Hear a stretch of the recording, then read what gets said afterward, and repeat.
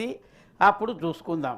కనుక ఒకటి ఏది ఏమన్నా కానీ ఒక ధైర్యంగా ఈ ప్రభుత్వం ఈ సర్వే చేసింది కనుక అభినందనీయం. అమ్మా లేడు కనుక మా కృష్ణారావు అని ఉన్నాడు, ఉండాలి. ఆయన సీఎం దగ్గర ఉన్నాడంట. 10 నిమిషాలు అవుతుంది అంటే టైం వేస్ట్ ఎందుకు చేయాలి అని డిప్యూటీ చైర్మన్ గారు తీసుకొచ్చిండ్రు. బీసీ మినిస్టర్ గారికి చెప్తాము, సీఎం గారికి కూడా చెప్తాము, రిప్రజెంటేషన్ ఇస్తాము. నేను చెప్పిన మా బాధ తప్పకుండా దీన్ని మాత్రం వదిలిపెట్టము. ఏది ఏమున్నా ఇది చేసినందుకు ఈ ప్రభుత్వాన్ని, ఆ ముఖ్యమంత్రిని, మంత్రివర్గం సహచరులకు అందరికి కూడా హృదయపూర్వక ధన్యవాదాలు తెలియజేస్తారు. శ్రీ తీన్మార్ మల్లన్న గారు.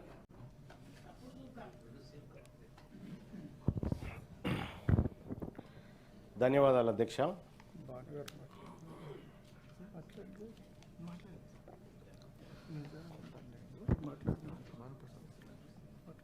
బీసీ రిజర్వేషన్ల బిల్లుకు సంబంధించినటువంటి అంశంలో, చట్టానికి సంబంధించినటువంటి అంశంలో మాట్లాడే అవకాశం కల్పించినందుకు తమరికి ధన్యవాదాలు తెలియజేస్తా ఉన్నా అధ్యక్ష. అయితే ఈ రిజర్వేషన్లు పెంపు పైన గత కొన్ని రోజుల నుంచి ఇటు రాష్ట్రంలో, రాష్ట్ర ప్రభుత్వంలో, ప్రజల్లో కూడా ఒక భారీ స్థాయిలో చర్చ జరిగింది. కొన్నిసార్లు సర్వే సరిగా లేదనే చర్చ విస్తృతంగా సాగితే, కొన్నిసార్లు బిల్లు పెట్టబోతున్నాం అనేటువంటి చర్చ ఇట్లా పలు దఫాలుగా జరుపుకుంటూ వచ్చింది. అధ్యక్ష, నిజంగా ఈ రిజర్వేషన్లు వీటి అంశాన్ని చూస్తే ఇది ద కాన్స్టిట్యూషన్ ఆఫ్ ఇండియా అధ్యక్ష. ఇది రాహుల్ గాంధీ గారు అంటే ఈ బుక్లను ఎక్కువ ప్రమోట్ చేసిండు, అందుకే ఇది ఇప్పుడు ఫేమస్ అయిపోయింది. సో ఈ కాన్స్టిట్యూషన్ ఆఫ్ ఇండియాలో ఇందులో ప్రియాంబుల్ ఉంది అధ్యక్ష.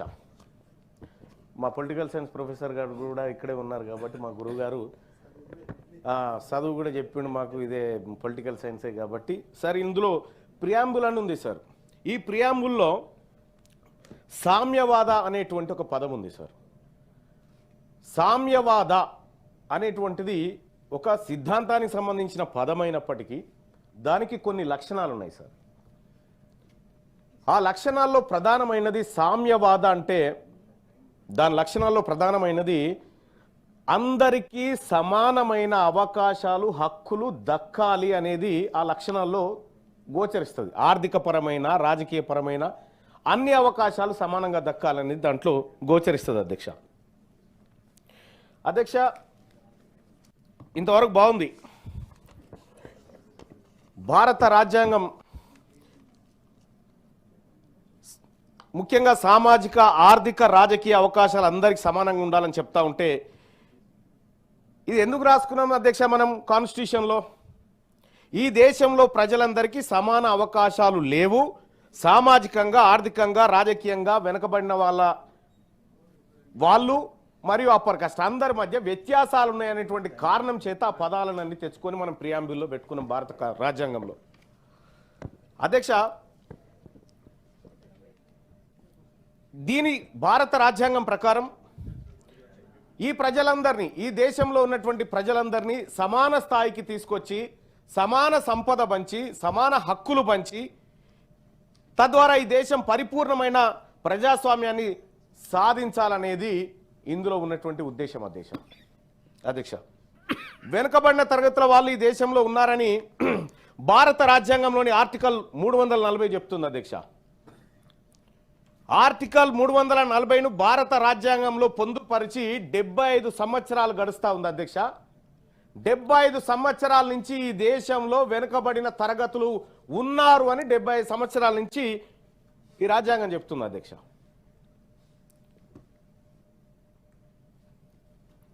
అంటే ఇంకా ఈ దేశంలో ప్రజలందరూ ఒకేలాగా లేరు, అసమానత్వంతో ఉన్నారనేటువంటి మాట ఆర్టికల్ 340 ద్వారా మనకు అర్థమవుతుంది అధ్యక్ష. ఈ వెనుకబడిన తరగతులను మిగతా ప్రజల స్థాయికి ఎదిగేలా చేయడం ఈ దేశ పాలకులు ఎన్ని ప్రయత్నాలు చేశారు.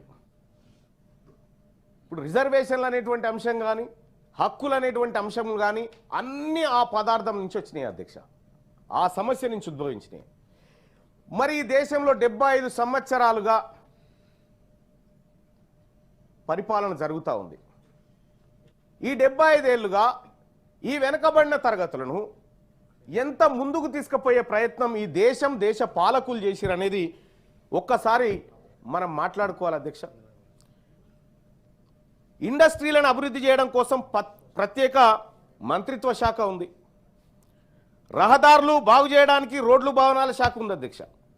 పశువులను అభివృద్ధి చేయడం కోసం పశుసంవర్ధక శాఖ కూడా ఉంది. కానీ వెనకబడిన తరగతులను పైకి దేవడానికి 78 ఏళ్ల స్వతంత్ర భారతదేశంలో బీసీ మంత్రిత్వ శాఖ లేదు అధ్యక్ష.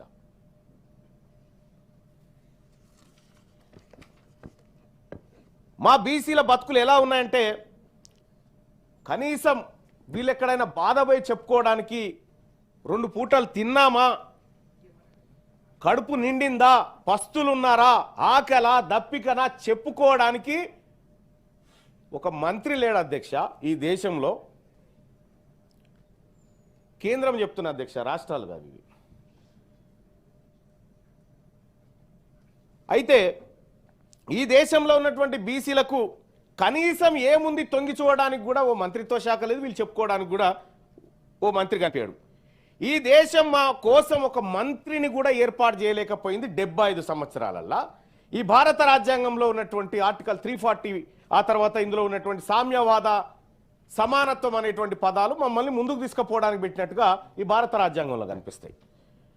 ఒక మాటలో చెప్పాలంటే అధ్యక్ష, ఒక ఇంటి పెద్ద లేని ఇల్లు ఎట్లుంటుందో ఈ భారతదేశంలో బీసీలకు ఒక మంత్రి లేనటువంటి ఇల్లు లాగా ఉంది అధ్యక్ష. ఇంకా కొంత ఇన్డెప్త్ కన్వయించుకోండి మీరు దీన్ని.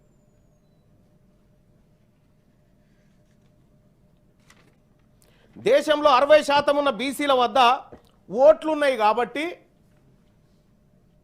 మీకు మరి మా ఇంటి పెద్ద ఏడంటే ఇప్పుడు లేడు, కానీ తాత్కాలికంగా గాడికి పోవని మైనారిటీ శాఖ కింద నెట్టేసారు సార్. మైనారిటీ శాఖ మంత్రి ఇప్పుడు బీసీ సంక్షేమాన్ని చూస్తాడు. ఈ భారతదేశంలో మెజారిటీ ప్రజలైనటువంటి సంక్షేమాన్ని మైనారిటీ శాఖ మంత్రిత్వ శాఖ కిందకి తీసుకొచ్చారు సార్.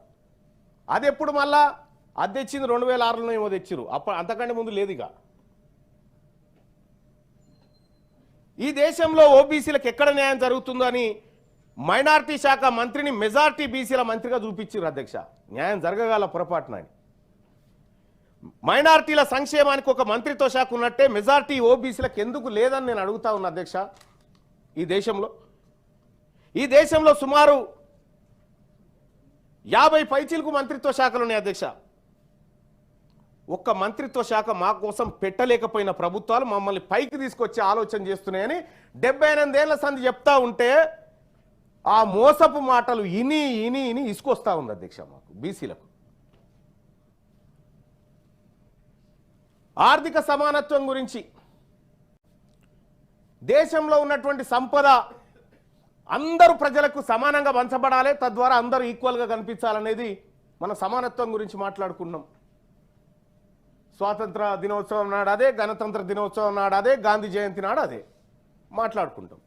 మరి ఆచరణలో ఎంతవరకు ఉంది దేశంలో? ఇదే భారత రాజ్యాంగంలోని ప్రియాంబుల్ పీఠికలో ఆర్థిక సమానత్వం అని రాసుకున్నాం. సోషల్ జస్టిస్, ఎకనామిక్ జస్టిస్ అని రకరకాలుగా రాసుకున్నాం. అంటే ఈ దేశంలో ఉన్న సంపద దేశంలోని అన్ని వర్గాలకు సమానంగా పంచబడాలి, తద్వారా ప్రజలందరూ ఆర్థికంగా సమానత్వం సాధించాలని పీఠికలోని ఆర్థిక సమానత్వం సారాంశం అధ్యక్ష. మరి జరిగింది ఏంది అధ్యక్ష? ఈ దేశంలో ఉన్న 140 కోట్ల మంది ప్రజలకు దేశ సంపద సమానంగా పంపిణీ జరిగి అందరూ ఆర్థికంగా ఈక్వల్గా ఉండాలని పీఠిక చెప్తా ఉంటే ఒక నివేదికను పరిశీలిద్దాం అధ్యక్ష. 1-2 నివేదికలు పరిశీలిద్దాం. WID, వరల్డ్ ఇన్ఈక్వాలిటీ డేటాబేస్ అధ్యక్ష. ఆ నివేదికతో పాటు అంటే దాన్ని ప్రపంచ అసమానతల డేటాబేస్ కూడా అని అంటారు అధ్యక్ష.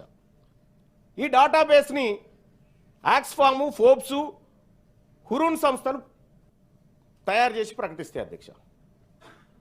ఈ నివేదికలు పరిశీలిస్తే మన దేశంలో ఆర్థిక సమానత్వం పెరిగిందా లేకపోతే ఇంకా దిగజారిపోయిందా మనకు అర్థమవుతుంది అధ్యక్ష. గతంలో అంటే 1972 నుంచి 73 NSSO అంటే నేషనల్ శాంపిల్ సర్వే ఆర్గనైజేషన్ అనే సంస్థ, దానికి ఇంకో పేరు కూడా ఉంది, నేషనల్ స్టాటిస్టికల్ ఆర్గనైజేషన్ అనేటువంటి సంస్థ, ఇవన్నీ సర్వే సంస్థల అధ్యక్ష. ఈ దేశంలో ఉన్నటువంటి ఆర్థిక అసమానతలు, ప్రజల మధ్య ఉన్నటువంటి వ్యత్యాసాలను ఇవి క్షుణ్ణంగా పరిశీలించేటువంటి సంస్థలు. ఈ నివేదికలు ఒకసారి చూస్తే అధ్యక్ష, ఇవి ప్రతి 5 ఏళ్ళకోసారి దేశవ్యాప్తంగా సర్వేలను బయటపెట్టాయి. కానీ 2011లో ఒక సర్వే ఆగిపోయింది. తర్వాత CMI centre for monitoring Indian economic మరియు consumer pyramid household survey అని నిర్వహించారు అధ్యక్ష. ఈ అన్ని సర్వే రిపోర్ట్లను పరిశీలిస్తే ఈ దేశంలో పేదవారి జాతకాలు, పెద్దవారి జాతకాలు మొత్తం బయటకు వస్తాయి అధ్యక్ష. ఈ సర్వేలో ఆర్థిక సమానత్వం అనేటువంటి అంశాలు ముఖ్యంగా 1990 తర్వాత నుండి 2024 వరకు ధనవంతుల సంపద భారీగా పెరిగినట్టుగా ఈ సర్వే నివేదికలు చెప్తా ఉన్నాయి అధ్యక్ష. ముఖ్యంగా 2022-23లో 1% ఉన్నటువంటి సంపన్న వర్గాల దగ్గర 40% సంపద పోగుపడ్డది అధ్యక్ష. ఈ దేశంలో 1% ఉన్నటువంటి సంపన్న వర్గాల దగ్గర 40% సంపద పోగుపడ్డది. Income and wealth inequality in India నివేదికలు చెప్తున్నటువంటి లెక్క అధ్యక్ష. ఇది పేదవాళ్ళు మరింత పేదలుగా, సంపన్నులు మరింత సంపన్నులుగా మారిపోయారు అధ్యక్ష. ఈ 70 ఏళ్ల పరంపరలో మమ్మల్ని పైకి తీసుకురావడానికి ప్రభుత్వాలు చేసిన ప్రయత్నంలో మేము జారిపోయి వాళ్ళు పైకి వచ్చారు అధ్యక్ష. అంటే భారత రాజ్యాంగం చెప్తున్న ఆర్థిక సమానత్వం వచ్చుడు మాట దేవుడెరుగు. ఇంకా పేదలు కడు పేదలుగా మారిపోయారు అధ్యక్ష. ఈ దేశంలో 78 ఏళ్లుగా ఈ దేశ పాలకులు సాధించింది ఏంటంటే సంపన్నుల సంపద పెంచి పేదలను నిరుపేదలుగా తయారు చేయడంలో సక్సెస్ అయ్యారు అధ్యక్ష. బీసీలలో ఉన్నత విద్యను అభ్యసిస్తున్న పరిశోధన విద్యార్థుల విషయం చూద్దాం అధ్యక్ష. వీళ్ళు మమ్మల్ని పైకి తేవడానికి ఎన్ని ప్రయత్నాలు చేశారు అనుకున్నారు అధ్యక్ష దేశవ్యాప్తంగా. ఒకసారి ఇదే దేశంలో మమ్మల్ని ఈ బీసీల చదువుల కోసం, బీసీలను పైకి తీసుకురావడం కోసం భారతదేశంలో జరిగినటువంటి ప్రయత్నాన్ని ఒక్కసారి చూస్తే అధ్యక్ష,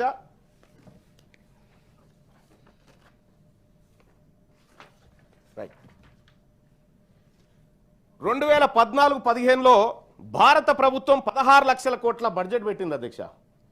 మా బీసీ పిల్లల చదువుల కోసం, అందులో కూడా ఒక్క చదువు కాదు, మళ్ళా pre matric scholarships, top class school education support, college education, IIT IIM support, construction of hostels of boys and girls, scholarship for higher education, overseas studies, national fellowship, venture capital fund, PM Dakshin for backward classes, national backward classes finance and development corporation, ఇట్లా వివిధ మార్గాల ద్వారా బీసీలకు 2014-15 ఆర్థిక సంవత్సరంలో భారత ప్రభుత్వం 16,63,000 కోట్ల రూపాయల బడ్జెట్ పెడితే ఈ దేశంలో 60% ఉన్న బీసీ పిల్లల కోసం ఆ 16 లక్షలకి 54 కోట్లు పెట్టింది అధ్యక్ష.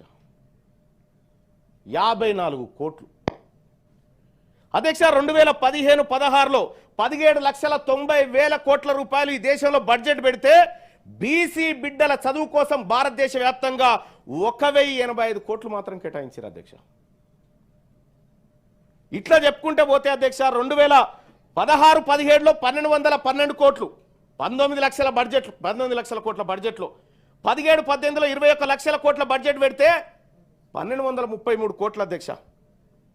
ఇట్లా 2023-24 46.15 లక్షల కోట్ల బడ్జెట్ను కేంద్రం ప్రవేశపెడితే ఈ దేశంలో ఉన్నటువంటి మెజారిటీ బీసీలు వాళ్ళ భవిష్యత్తు, వాళ్ళని పైకి తీసుకురావడానికి 2,287 కోట్లు పెట్టారు అధ్యక్ష.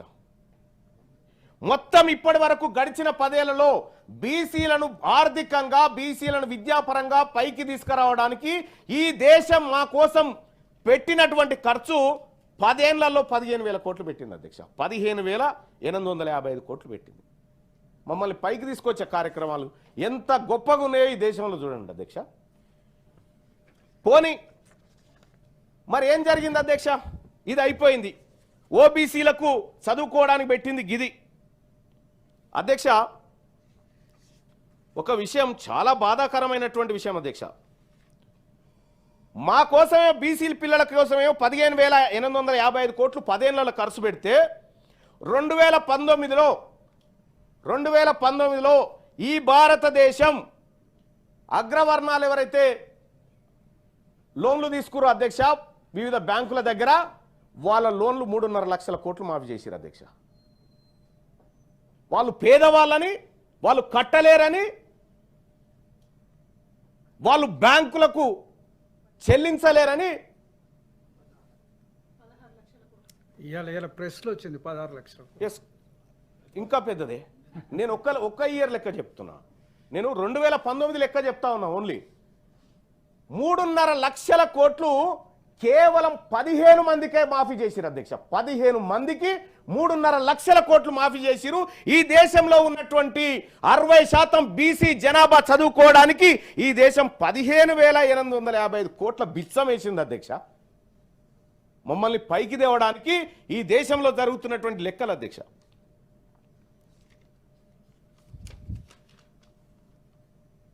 అధ్యక్ష, ఈ మాట 2019లో ఒకే సంవత్సరం మాఫీ చేసింది 15 మందికి మాఫీ చేసిరు 3.5 లక్షల కోట్లని రాహుల్ గాంధీ గారు కూడా అన్నారు. ఈ మాట లక్షల మంది బీసీలకు స్కాలర్షిప్లు ఈమంటే 15,000 కోట్లు ఇస్తారు. 15 మందికి అంబానీలకు అదానీలకు 3.5 లక్షల కోట్లు ఈ పేదవాళ్ళు కట్టినటువంటి పన్నుల పైసలు తీసి వాళ్ళ అప్పులు కట్టి మాఫీ చేశారు. 100%. ఒక్కరని కాదు, ఇందులో తిలాపాపం తలా పిడికడు అన్నట్టుగా అందరిది ఉంది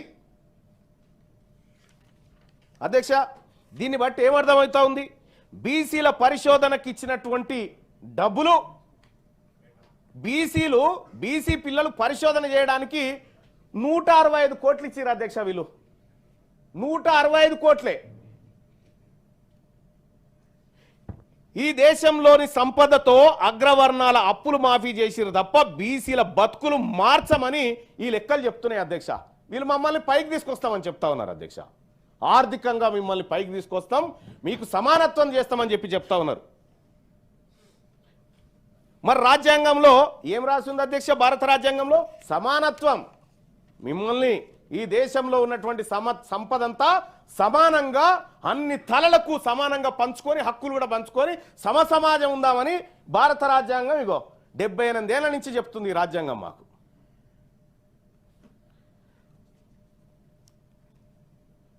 వాస్తవానికి ఈ భారత రాజ్యాంగం లెక్కల ఇందులో రాసుకున్న దాని ప్రకారం అగ్రవర్ణాల దగ్గర పోగుబడ్డ సంపద తీసి బీసీలకు పేద వర్గాలకు వంచితే సమానత్వం అవుతుంది అధ్యక్ష. ఈ బీసీలు కట్టిన పేద వర్గాలు కట్టిన పన్నులు తీసుకుపోయి వాళ్ళ అప్పులు మాఫీ చేస్తే సమానత్వం అవుతుందా? ఈ దేశంలో పేదవాడంటే అనిల్ అంబానీ వాళ్ళ అన్న ఆ నీరవ్ మోడీ, లలిత్ మోడీ, వీళ్ళు పేదవాళ్ళు ఈ దేశంలో కనిపిస్తుంది. ఇదే లెక్కల ప్రకారం పూటకు గతి లేని మా సాకలి మంగలి బిడ్డలా లేకపోతే వాళ్ళ పేదవాళ్ళు ఈ దేశం చెప్పాలి సమాధానం. ఈ దేశంలో పేదవాడు ఆకలితో చచ్చిపోతా ఉంటే వాడికి అన్నం పెట్టి కాపాడాల్సిన ప్రభుత్వాలు అగ్రవర్ణాల పొట్ట నింపి పేదవాడిని శ్మశానానికి పంపుతా ఉన్నాయి అధ్యక్ష.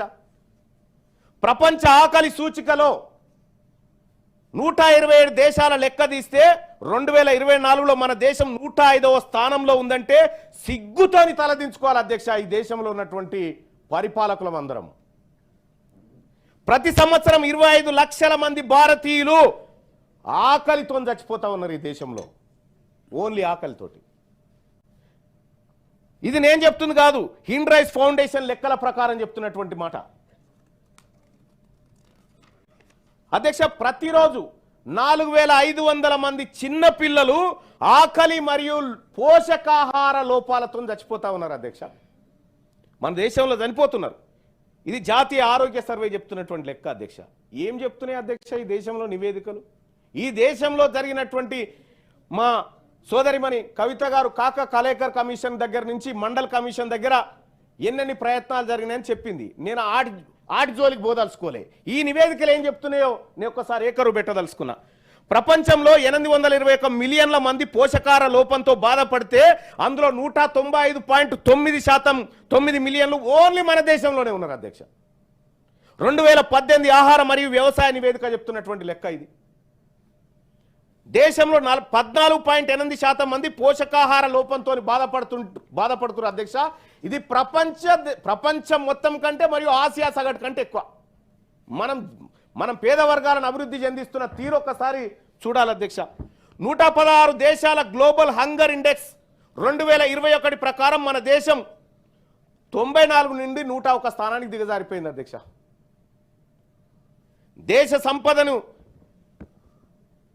దేశ సంపదతోటి తగ్గించాల్సిన ఇవి అధ్యక్ష. ఈ అంతరాలు తగ్గించాలా, ఈ ఆకలి చావులు ఆపాలా. ఇవి ఆపితే ఏ ప్రజల నుంచి కూడా రిజర్వేషన్లు అనేటువంటి కోరికలు పుట్టవు, ఏ ప్రజల నుంచి కూడా ఈ డిమాండ్లు రావు. ఇవన్నీ ఎందుకు వస్తున్నాయి అనేది దీని చుట్టూ తిరుగుతూ ఉన్నాయి అంశాలన్నీ. మరి బడా పారిశ్రామికవేత్తలు 3.5 లక్షల కోట్లు మాఫీ చేయడం అంటే దేనికి సంకేతం? పేదోని కడుపు మార్చి ఈ దేశంలో తిండి గతి లేక 25 లక్షల మంది ప్రతి ఏడాది చచ్చిపోతూ ఉంటే 3.5 లక్షల కోట్లు వాళ్ళ అప్పులు మాఫీ చేసుకు 16 లక్షల కోట్లు అంటారు. ఇప్పుడే చెప్తా ఉన్నారు 16 లక్షల కోట్లు మాఫీ